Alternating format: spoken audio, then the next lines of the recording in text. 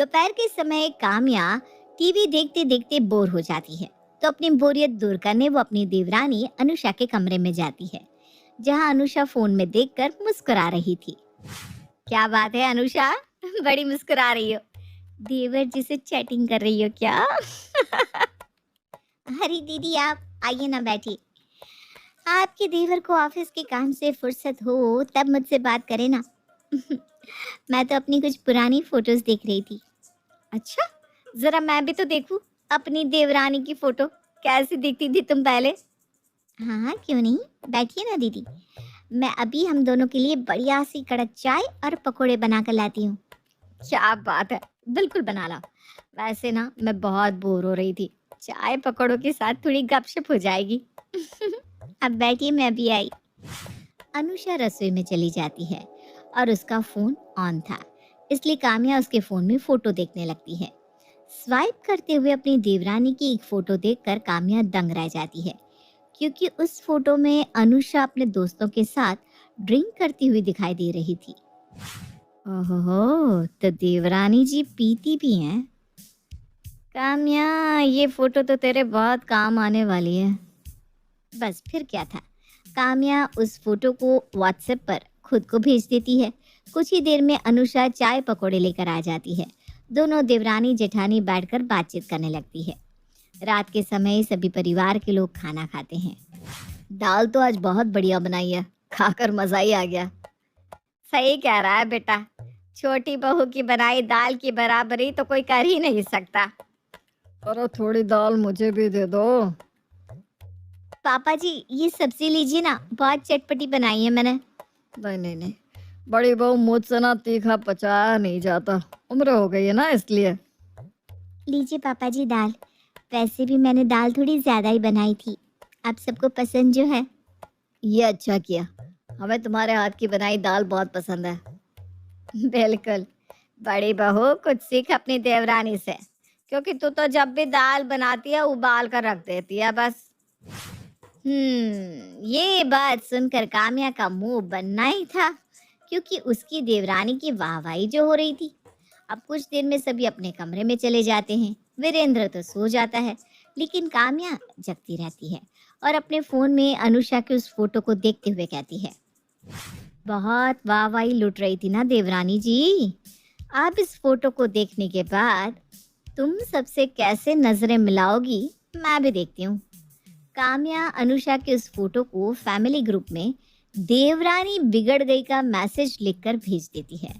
अगली ही सुबह अनुषा अपनी सास को चाय देने जाती है, तो रजनी उसे घूरने लगती है। माँ जी, ये लीजिए चाय, बिल्कुल आपकी पसंद की, कम शक्कर ज्यादा चाय पत्ती। मेरी पसंद की चाय क्यों बहू, अपनी पसंद की विस्की ही ले आती। विस्की? माँ जी, आप भी ना सुबह सुबह मजाक करने लगी। मुझे फालतू में मजाक करने का शौक नहीं है। नास पिटी, मजाक तो तेरे कारण पूरे घर का बन रहा है। माँ जी, क्या कह रही हैं आप? मैंने क्या किया है? बहू ये नाटक मत कर, मुझे तुझसे यह उम्मीद नहीं थी। अनुषा समझ ही नहीं पा रही थी कि आखिर उसके सास ससुर किस बात को लेकर उससे नाराज थे। तभी उसकी जेठानी काम्या और जेठ वीरेंद्र वहां आते हैं। देवरानी बिगड़ गई है माँ जी, मुझे तो अब तक यकीन नहीं हो रहा कि ये पीती भी हैं, और वो भी सबसे छुप कर। दीदी, आप ये क्या कह रही हैं? ये जो कह रही है वो अपने फैमिली ग्रुप में देख लो, तुम्हारी इस हरकत के कारण सभी रिश्तेदार बातें बना रहे हैं। तभी अनुषा अपना फोन देखती है और उसमें अपनी फोटो देखकर दंग रह जाती है। माँ जी, पापा जी, ये फोटो तो शादी के बाद गोवा वेकेशन की है। यहाँ तो मैं आपसे पूछ कर गई थी। अरे लेकिन खुलेआम पीने के लिए तो नहीं पूछा था तुमने घर वालों से। बहू तूने तो नाक कटवा दी हमारी। पर माँ जी, मेरी बात तो सुनिए। पर कोई भी अनुषा की बात सुनने को तैयार नहीं था। उसकी वो फोटो देखकर सभी उसे बहुत बिगड़ी हुई समझने लगे थे।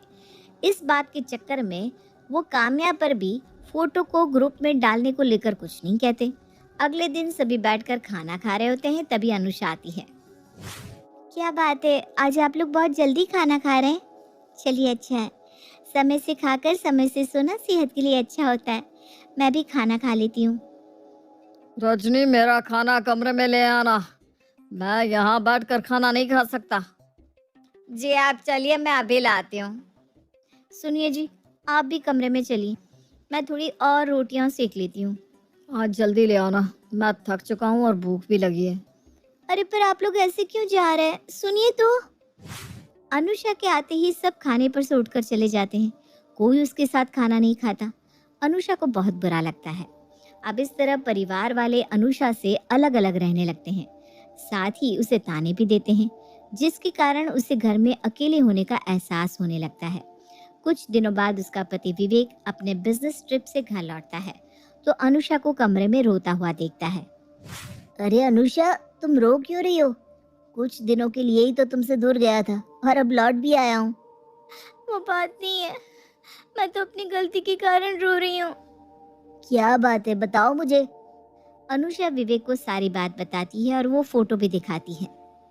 इतनी सी बात के लिए घर वाले तुम्हारे साथ ऐसा सलूक कर रहे हैं, ये ठीक नहीं है।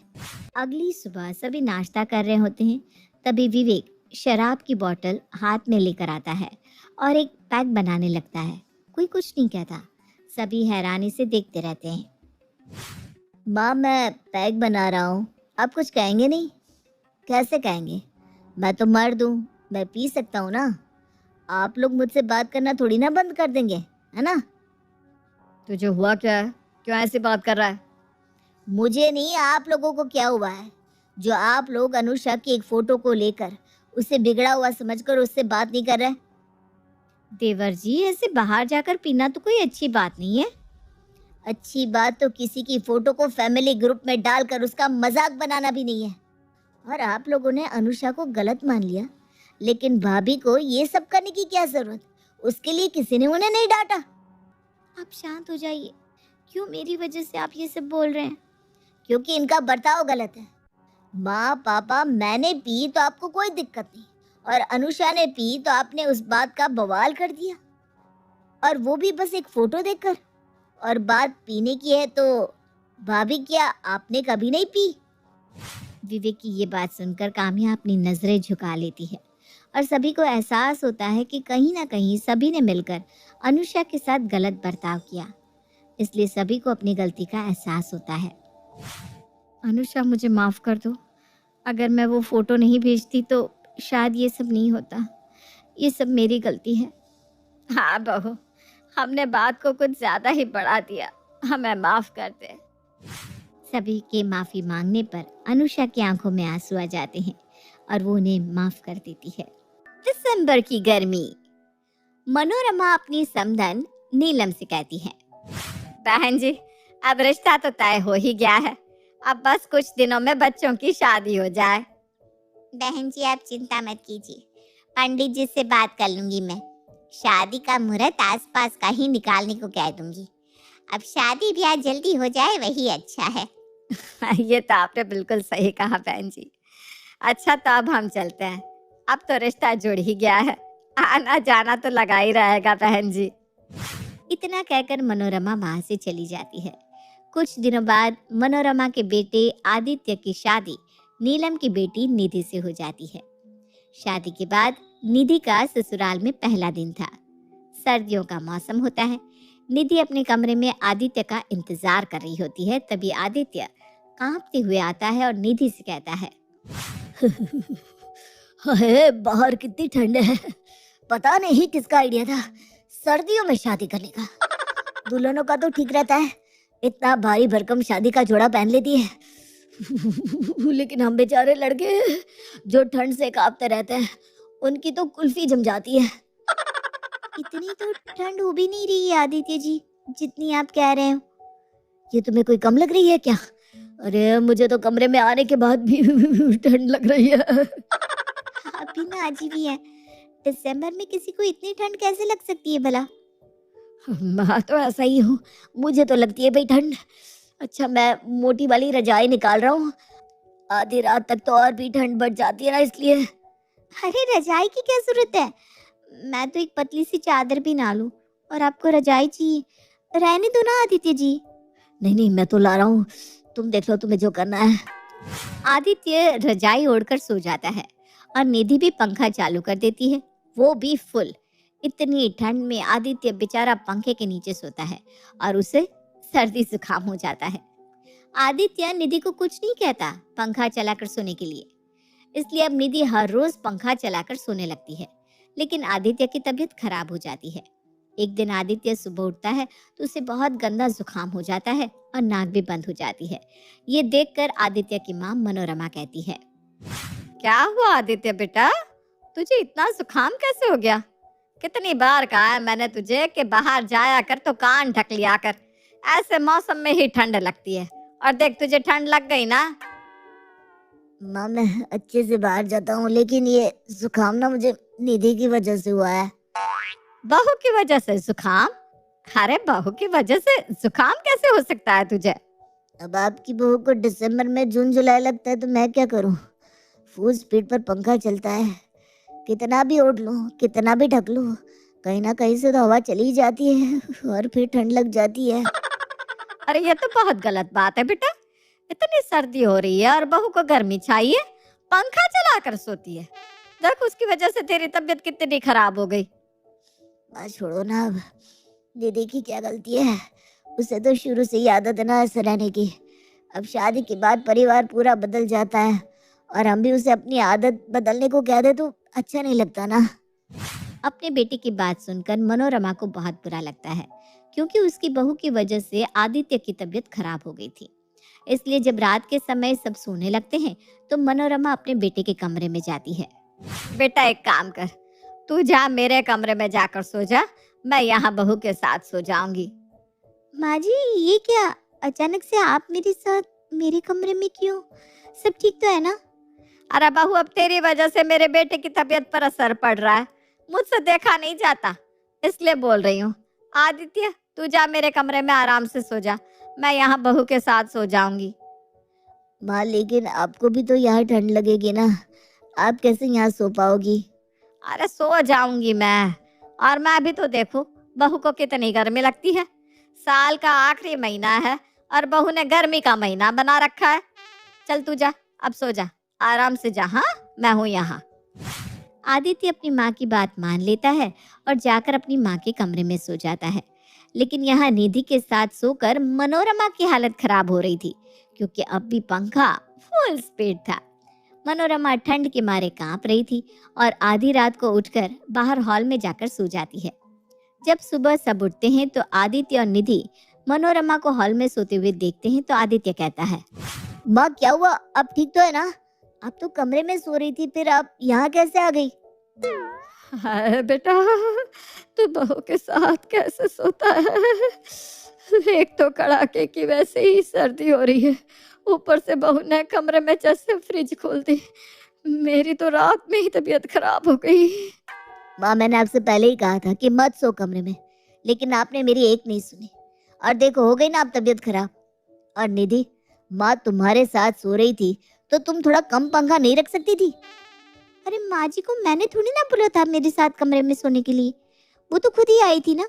और मुझे गर्मी लगती है तो मैं क्या करूं? मैंने इससे भी कई ज्यादा ठंडी देखी है, लेकिन इतनी सी ठंड में आपका ये हाल हो गया। मुझे तो कोई फर्क ही नहीं पड़ रहा। अब निधि के साथ कोई भी नहीं सोता, क्योंकि जो कोई भी उसके साथ सोता उसकी तबीयत ही खराब हो जाती।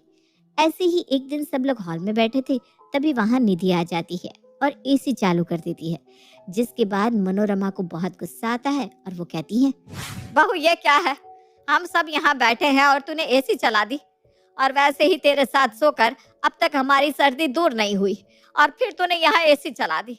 अरे हमें क्या मारने का इरादा है तेरा? माँ जी आप लोगों को अगर इतनी ही ठंड लग रही है तो आप लोग अपने अपने कमरे में चले जाओ ना, मुझे तो गर्मी लग रही है। अब मैं यहाँ एसी ना चलाऊं तो क्या करूं? लेकिन निधि यहाँ तुम अकेले तो नहीं बैठी हो, यहाँ और भी बाकी सब लोग बैठे हैं ना। हम तुम्हें कुछ कहते नहीं तो तुम भी तो हमारे बारे में समझो कुछ। अरे बेटा इससे कुछ भी बोलने का फायदा नहीं, इससे तो वही करना होता है जो इसका मन करता है। लेकिन माँ हमें इसे कुछ तो बोलना पड़ेगा ना, वरना ये तो दिसंबर में हमें मार ही देगी। मुझे तो अब घर में भी 4-4 कपड़े पहनने पड़ते हैं। अरे बहू को बोल देंगे तो वो जैसे मान ही जाएगी, है ना। अब तो मैं कल बहू की माँ को ही बुलाती हूँ, सीधा बहू की माँ से ही बात करूंगी। अगले ही दिन मनोरमा निधि की माँ नीलम को बुलाती है और जब नीलम घर आती है तो मनोरमा नीलम से कहती है, और बताइए नीलम जी, कैसी है तबीयत आपकी? सर्दी जुकाम तो नहीं ना? नहीं नहीं बहन जी, सब ठीक है, आप बताओ कैसी हो? बहन जी आप तो ठीक हो लेकिन हम नहीं। अरे कैसी लड़की है ये, दिसंबर में से गर्मी लगती है। अरे हम लोगों को तो हर रोज सर्दी जुकाम हो जाता है, कुछ तो समझाओ। बहन जी तभी तो हमने इसकी शादी की है। अब 12 महीने बिजली का बिल भरो और इसे संभालो। दिसंबर में गर्मी तो बस इससे ही लगती है। सही कहा, अब तो बहू बन ही गई है तो झेलना ही पड़ेगा। मनोरमा जी को अब ऐसी बहू को ना चाहते हुए भी झेलना पड़ता है, जिसके बाद मनोरमा और आदित्य बस गर्मियों के आने का इंतजार करते थे, क्योंकि तभी तो मुमकिन होता था। एक बहुत ज्यादा खतरनाक रेस के लिए लेट्स गो। रेस नहीं है ये है मेगा रैंप, जिसके अंदर हमको ऊपर से नीचे कूदना है बिना गिरे। सामने चेक पॉइंट है, वहां तक जाना है हमको, लेकिन मुझे बहुत ज्यादा मुश्किल लगता है ये वाला लेवल। अभी तो आसान है ये वाला भाई। नहीं नहीं नहीं नहीं नहीं,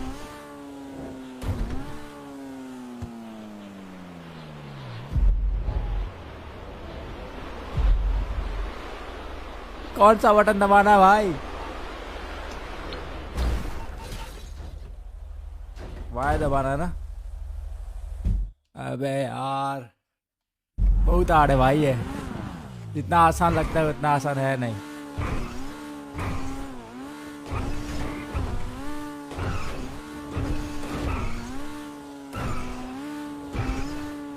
ओके इस बार पहुंच जाऊंगा। यहां से गिरा था मैं। अरे अरे अरे अरे थोड़ा लेफ्ट, अरे इतना भी लेफ्ट नहीं। आराम से आराम से आराम से आराम से। एक काम कर, सेंटर में आ जा।